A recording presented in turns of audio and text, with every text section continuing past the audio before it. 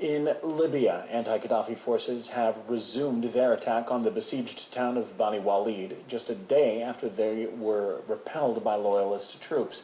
Fighting has also flared in the ousted leader's home city of Sirte. Meanwhile, a Gaddafi spokesman accused NATO of backing the rebels and providing them with ammunition. Musa Ibrahim said at least 350 civilians have been killed and 700 injured in overnight shelling of Sirte, with the alliance denying the accusations. This comes amid the recent visits of EU leaders to the war-stricken country, vowing assistance in protecting the population. But as Laura Emmett reports, Europe's top brass have a different agenda on their minds. David Cameron and Nicolas Sarkozy survey their handiwork. The most senior leaders to visit Tripoli since their countries began the NATO intervention in Libya, they say their work is not yet done.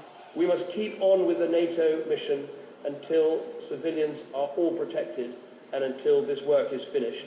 He's right. Civilians are still being killed.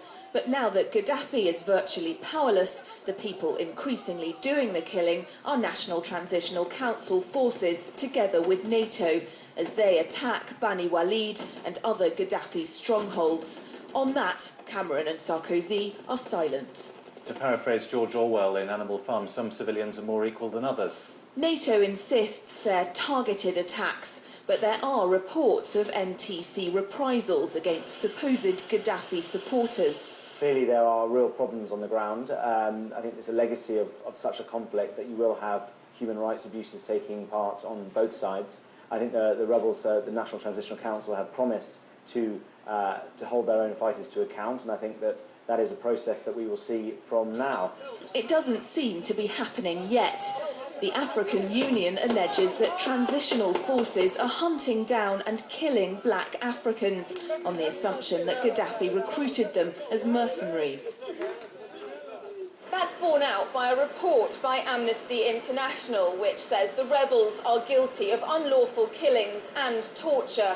It takes pains to point out that Gaddafi forces committed some terrible atrocities, but also documents a brutal settling of scores by rebel forces, including the lynchings of Gaddafi soldiers. Meanwhile, Gaddafi's hometown is one of the last holdouts.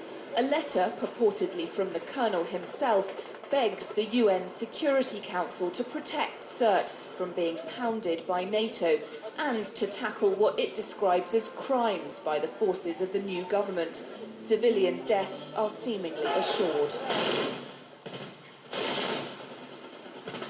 Cameron and Sarkozy were quick to condemn Gaddafi for killing innocent Libyans in the lead-up to NATO's no-fly zone being imposed, but no such rhetoric's being aimed at the NTC. In fact, it's quite the opposite. Britain sponsored UN resolution to ease sanctions against Libya and against the National Oil Corporation in particular, getting the oil flowing again. Laura Emmett, RT, London. With Libya's National Transitional Council now granted a seat at the United Nations, RT's Gina Chichikan reports now on the first steps to rebuilding the country. One of the things that the new resolution envisions is a special UN support mission in Libya that will be set up for an initial 3 months to help in what diplomats insist is essentially a political operation. It would give advice on restoring security, but would concentrate on efforts to undertake inclusive political dialogue, promote national reconciliation, and generally help the government in Libya organize elections and write a new constitution.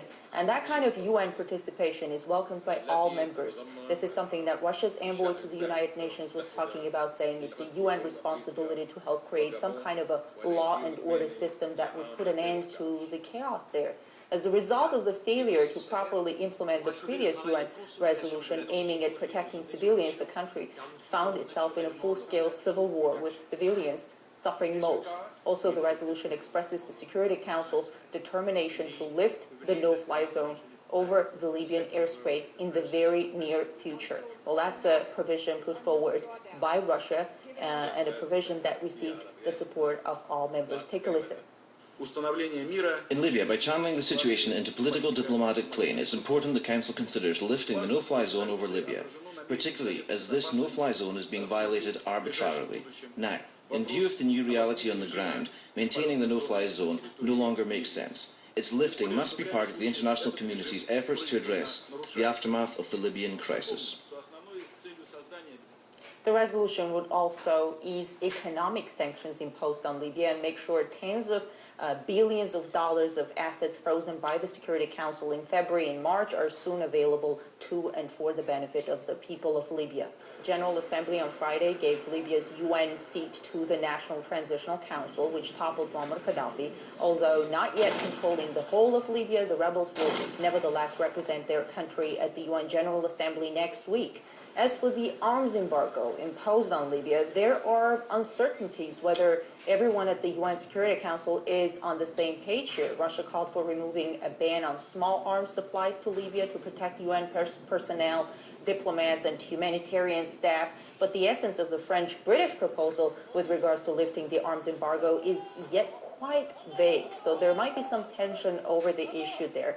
Anyway, when it comes to concerns over the proliferation of arms in Libya and its potential impact on regional peace, everyone seems to be on the same page, and the Security Council has clearly expressed those concerns. The amount of weapons in Libya that are up for grabs is extremely worrying. Muammar Gaddafi's army left behind armories brimming with weapons, and the rebels have helped themselves. Those weapons may very well wind up in the hands of people who have other agendas than defeating Gaddafi. That's the kind of concern that Russia has raised on a number of occasions, saying in a chaos like the one unfolding in Libya, the weapons will inevitably end up in the hands of extremists and terrorists, and not just weapons, but maybe nuclear materials that Libya possibly has too.